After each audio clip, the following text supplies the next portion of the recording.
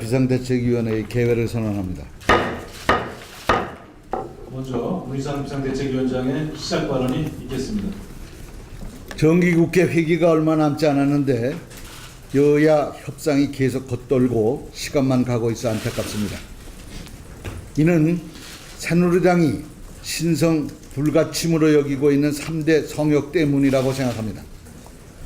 새누리당의 첫 번째 성역, 그것은 바로 청와대입니다. 새누리당에게 청와대의 가이드라인은 마치 무조건 복종해야 할 절대 명령인 것 같습니다. 하지만 청와대는 전지전능한 곳이 아닙니다. 오류가 있을 수 있는 것입니다. 책임 있는 여당이라면 노라고 말할 수 있어야 합니다. 공무원 연금 개혁은 청와대의 가이드라인보다 사회적 합의가 더 중요하다는 점을 다시 한번 밝힙니다. 새누리당의 두 번째 성역, 그것은 바로 전 정권입니다. 전 정권 문제라면 무조건 감싸기로 일관하고 있다고 봅니다. 하지만 전 정권 감싸기는 현 정권을 위해서도 결코 바람직하지 않습니다. 내부에서도 다른 소리가 나오지 않습니까? 사자방으로 국민 혈세 100조 원이 증발했습니다.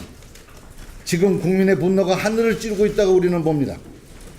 사자방 국정조사 더 이상 거부해서는 안 될 것입니다. 새누리당의 세 번째 성역, 바로 법인세 부분입니다. 절대로 손댈 수 없다, 노터치다라고 합니다. MB정부 때 자신들이 강행 처리한 법인세 감세로 지금 나라가 곳간이 얼마나 거덜나 있습니까? 그런데도 법인세는 노터치고 오로지 서민 증세 타령만 하고 있습니다. 새누리당이 청와대, 전 정권, 법인세 이 3대 성역에서 벗어나 현실을 직시할 때 대한민국의 많은 문제들이 풀릴 수 있습니다. 이제 정기국회가 얼마 남지 않았습니다. 새누리당의 전향적 자세를 취할 것을 강력히 촉구합니다. 만약 이것이 안 되고 정기국회가 파행으로 혹시 치닫게 된다면 우리는 중대 결심을 할 수밖에 없음을 분명히 밝혀둡니다. 지속된 수능시험 정답 오류는 박근혜 정부 무능의 총결판입니다. 연이은 수능시험 출제 오류로 인해서 수험생과 학부모들뿐만 아니라 잠재적 수험생과 학부모들까지 모두 패닉 상태에 빠져 있습니다. 지난해 수능에서도 출제 오류가 발생해서 이를 뒤늦게 구제하느라고 많은 혼란이 빚어졌는데 이번에는 두 개 문항이 동시에 잘못 출제되는 사상 초유의 사태가 발생했습니다.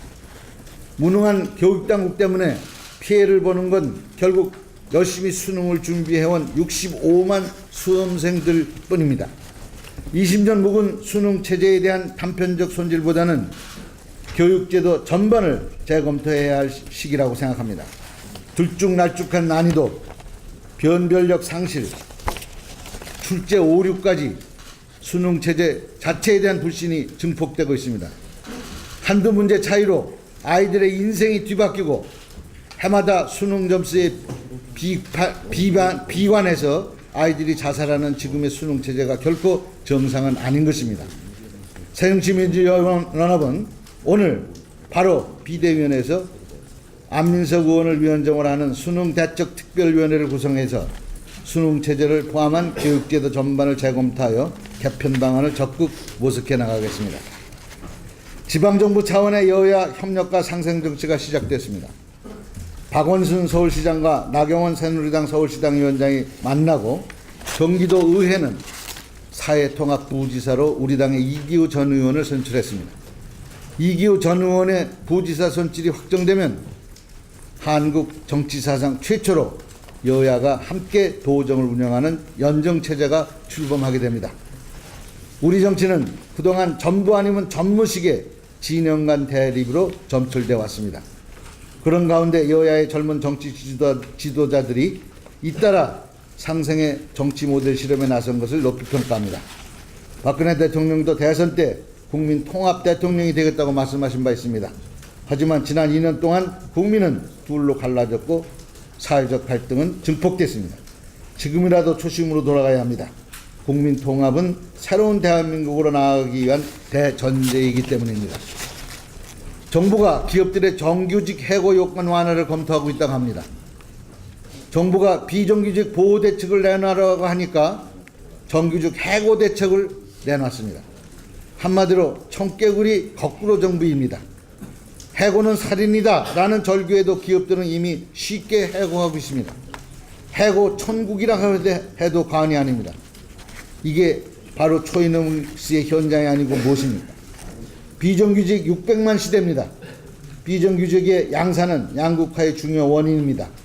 양극화 문제를 해결하지 않고서는 정부가 말하는 경제 활성화는 불가능하다고 생각합니다.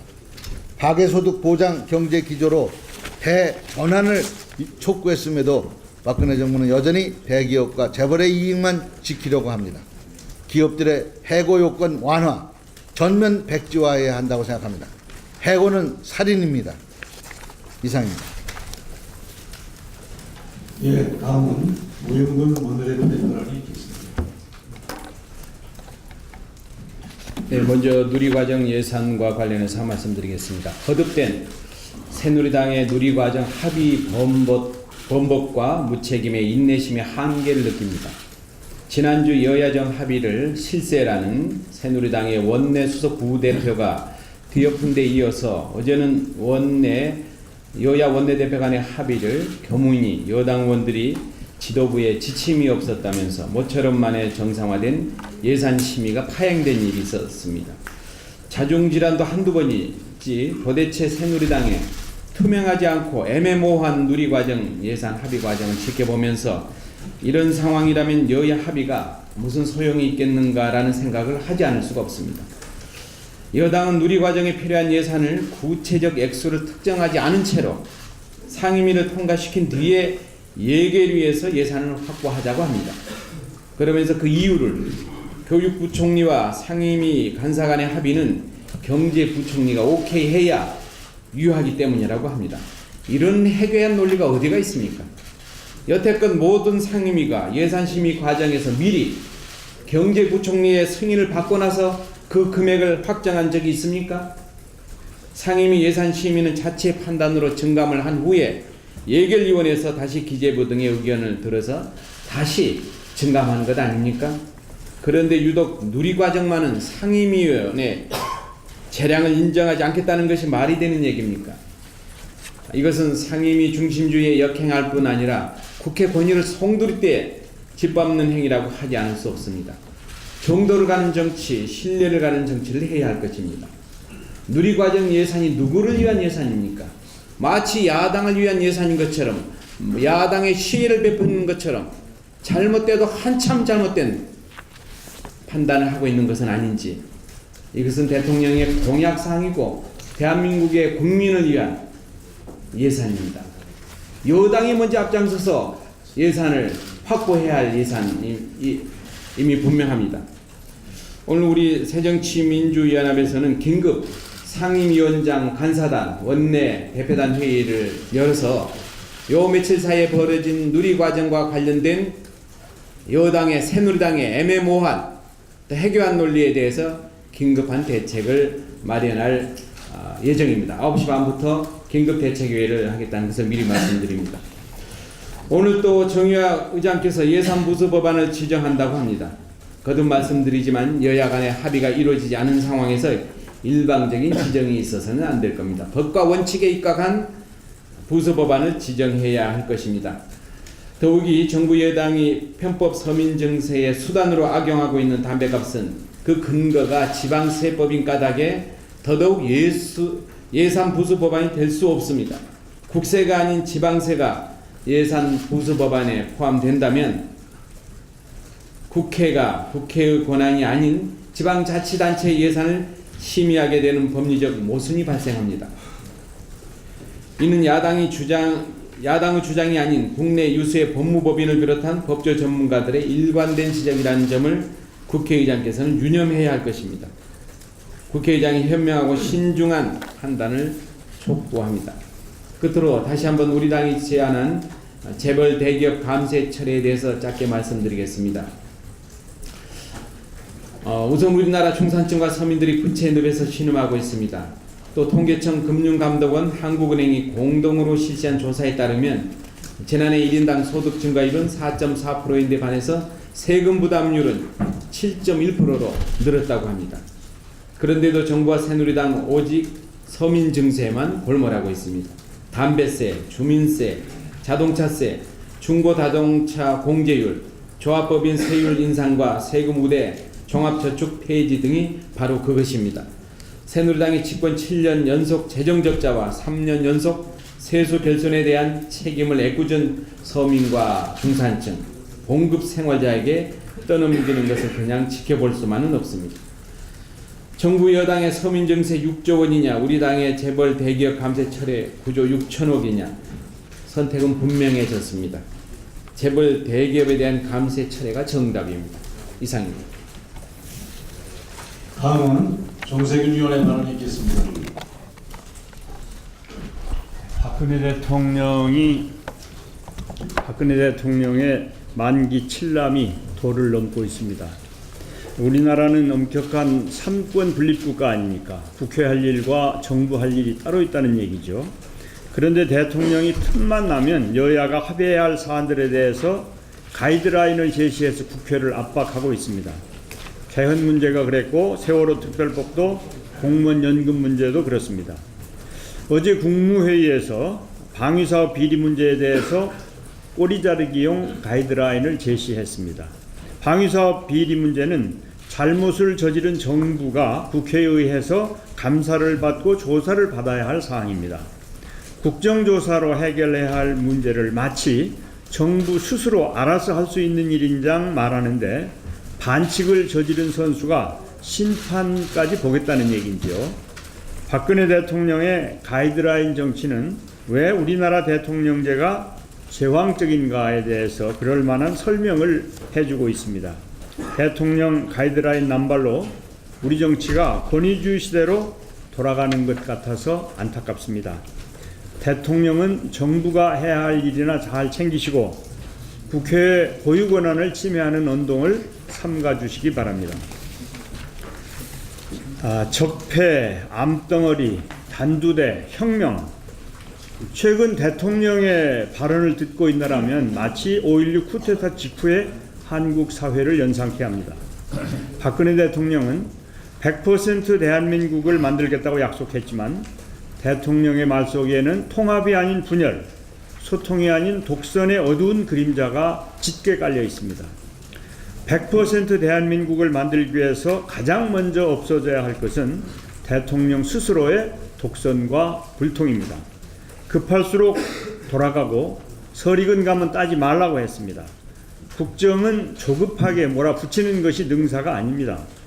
대통령의 발언 한마디 한마디에 무게감과 책임감을 제대로 인식해서 조금은 신중해 주셨으면 좋겠습니다. 외국 정상들과 대화할 때 보이는 여유와 차분함으로 국민을 대하는 품격 있는 정치를 보여주시기 바랍니다. 24일 월스트리트저널은 한국 가계부채 규모가 7년 만에 최고 속도로 증가하고 있다면서 거듭 한국의 부채 급증의 경고를 보냈습니다. IMF도 같은 얘기를 했고요. 부채가 많으면 경제는 제대로 성장할 수 없습니다. 이주열 한은 총재는 2008년 글로벌 금융위기 이후 많은 나라에서 부채 규모를 줄이는 디레버리징이 있었지만 한국에선 이후에도 지속적으로 부채가 늘었다. 또 가처분 소득 대비 가계부채 비율이 160%에 이르러 대부분 선진국보다 높은 수준이 됐다고 밝혔는데 이 정도면 유럽 재정위기의 도화선이 된 그리스보다도 오히려 높은 수준입니다.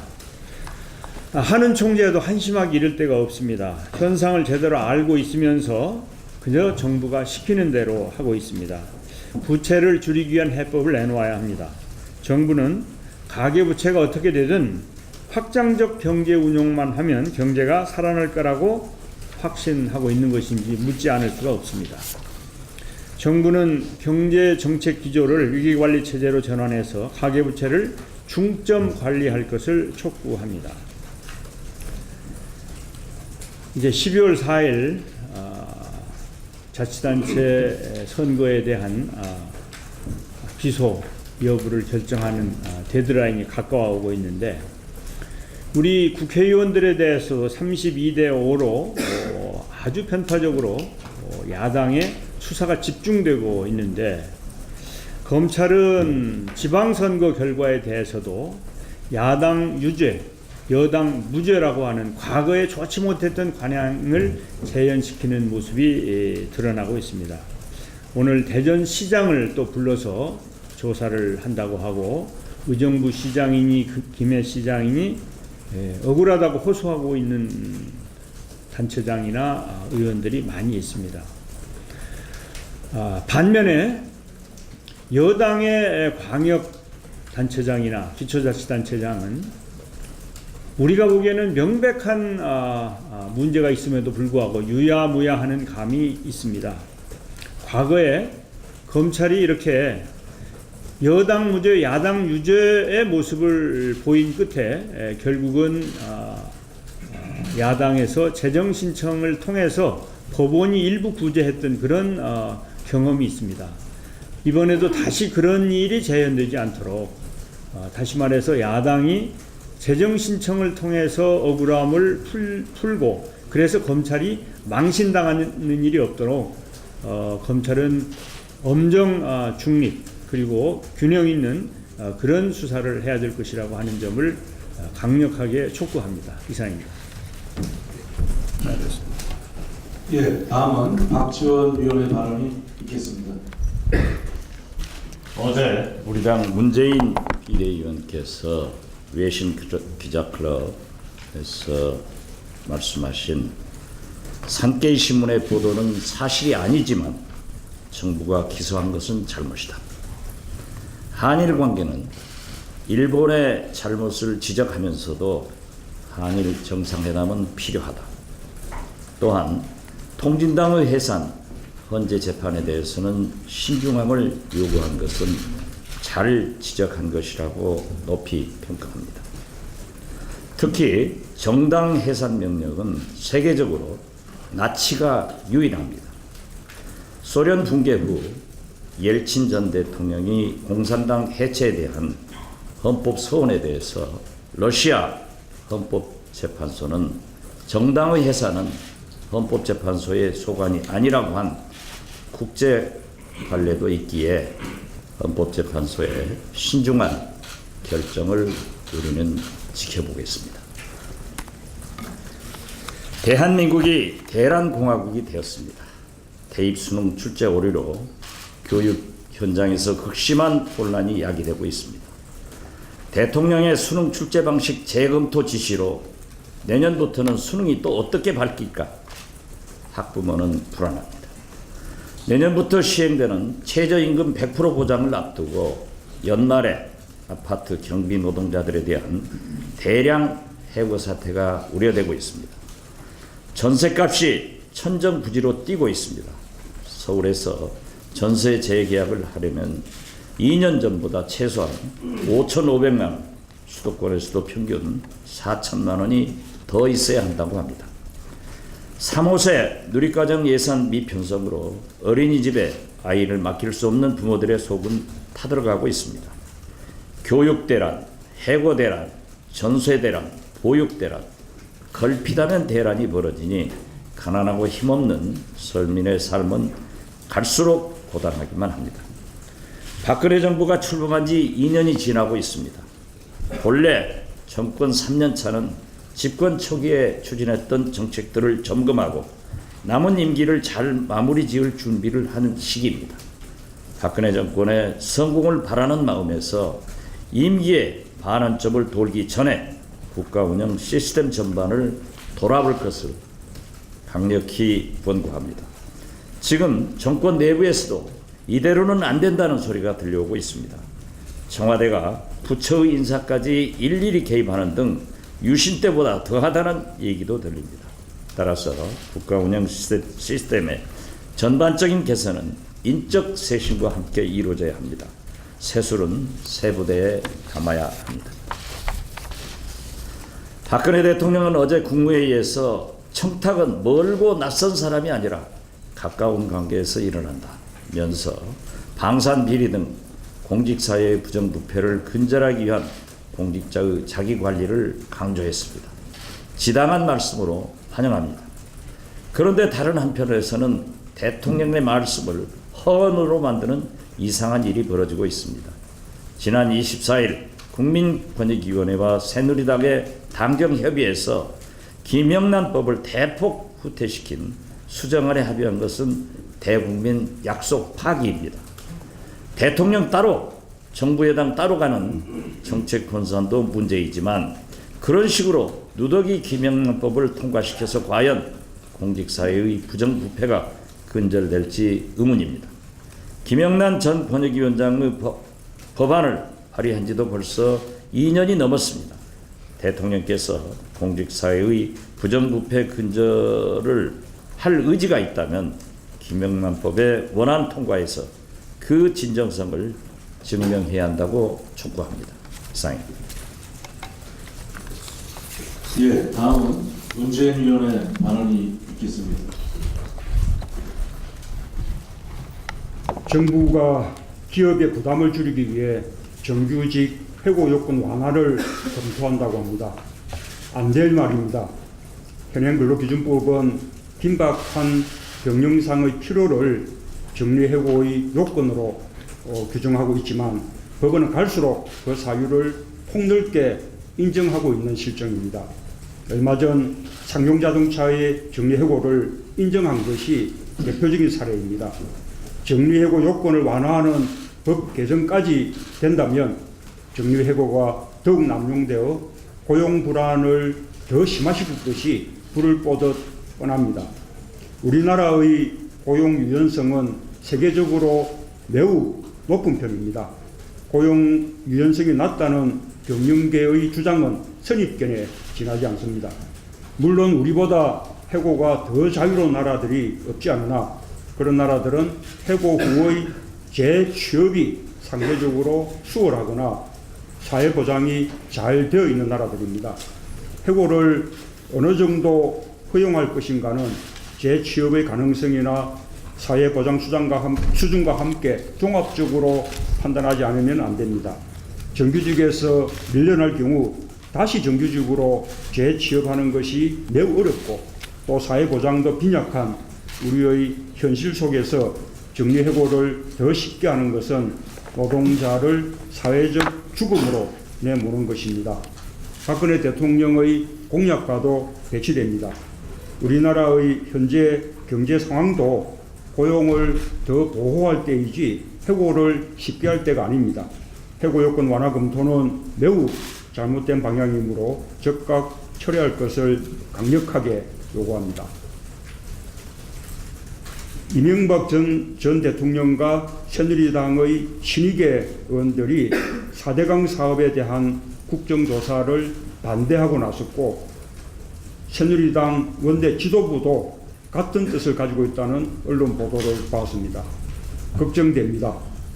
10조 원이면 지금 재원 때문에 고심하고 있는 무상급식과 무상보육을 모두 해결할 수 있는데 4대강 사업으로 무려 22조 원을 강바닥에 쏟아부었습니다.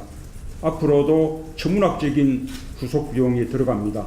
감사원도 잘못된 사업이라고 인정했습니다. 그런데 책임을 느껴야 할 사람들이 국정조사를 반대하고 나선 것은 도리가 아닙니다. 100조 원에 달하는 사자방 비리로 드러난 것은 이명박 정부의 국정 운영이 공공적이지 못하고 대단히 사사로웠다는 사실입니다. 사적인 국가와 국민들의 이익보다 사적인 이익을 앞세우지 않았다면 있을 수 없는 결과입니다. 도대체 기본이 되어 있지 않은 정권입니다. 정부 여당은 그 비리를 비호하려 해서는 안 됩니다. 의리 때문에 정의에 눈을 가려서는 안 됩니다. 사실을 밝혀서 책임 있는 사람들을 처벌하고 손해배상도 받아내야 합니다. 사자방 국정조사를 다시 한번 촉구합니다. 예, 다음은 인재근 위원의 발언이 있겠습니다. 어제 국무원이 만들어놓고 안행이 상정이 무산되었습니다. 공무원 노조 총연맹이 새누리당과의 합의를 깨고 공적 연금 강화를 위한 공동투쟁본부에 잔류하기로 한 바로 다음 날 상정을 시도했습니다. 공무원 노조의 입장은 물론 야당의 입장도 잘 알면서 법안 상정을 강행해 낭패를 자초했습니다. 새누리당이 왜 이리 무리하는지 궁금할 뿐입니다. 이 와중에 젊은 공무원들 사이에 사보험 가입이 늘고 있다는 보도가 나왔습니다. 이 상태가 지속된다면 공무원들만 희생해 보험회사 좋은 일 시켰다는 비난을 받게 될 것입니다. 사태를 방치하면 안 됩니다. 공무원들만 동의하는 것이 아니라 국민연금 등 공적연금 제도 전체가 흔들리고 있습니다. 다른 방법이 없습니다. 새누리당의 태도를 바꿔야 합니다. 모두가 기다리고 있는 대타협위원회에 즉각 참여를 촉구합니다. 경비 노동자들이 위기입니다. 내년부터 최저임금이 적용되기 때문입니다. 부끄러운 현실입니다. 고작 법정 최저임금을 적용하는 것만으로도 해고가 늘어나는 괴물 같은 세상을 만들어 놓았습니다. 이 와중에 인격 모독으로 분신 자살 사건이 벌어졌던 압구정동 아파트의 전체 경비원 70여 명이 해고 예보 통보를 받았다고 합니다. 입주민 대표 쪽은 용역업체와의 계약 만료 때문이지 진짜 해고 아니라고 합니다만 이 소식을 접한 국민들은 모두 걱정이 큽니다. 그러나 안타깝게 아파트의 이미지 실추 때문에 용역업체를 바꾼다는 말도 흘러나오고 있습니다. 만약 이 사실이라면 큰 착각입니다. 분신 사건보다 전원 해고가 아파트의 이미지를 더 최악으로 만들 것입니다.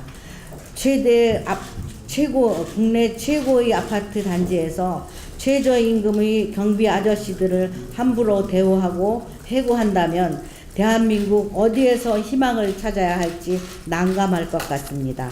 우리 모두 경비 노동자와 더불어 사는 길을 찾고 있습니다. 부디 압구정동 아파트에서 새로운 모델이 시작되었으면 좋겠습니다. 압구정 아파트 주민들이 아름다운 결정을 기대합니다. 이상입니다. 네.